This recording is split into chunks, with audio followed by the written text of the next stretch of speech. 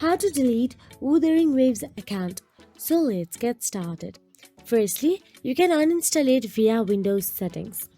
First, press Windows plus I to open settings and simply click App option available there. Then scroll through the list of apps, installed programs and locate Wuthering Waves and select Wuthering Waves and click uninstall. If you just want to free up more space on your disk, you can move Wuthering Waves to another drive as well.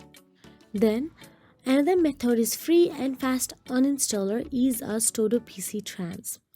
Is a Todo PC Trans free provides a convenient and efficient way to uninstall programs and games on Windows and completely cut ties with Wuthering Waves. So, firstly, launch is a Todo PC Trans and click More Tools and choose App Management.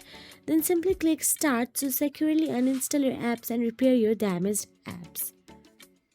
All of apps installed on a PC, choose the selected one you want to uninstall or repair. If your uninstall process fails, you can click the small triangle icon and select delete. Then, click on uninstall. If you want to repair apps, click the icon right behind uninstall and choose repair. So that is it. If you found this video helpful, please like, share and subscribe, and thank you so much for watching.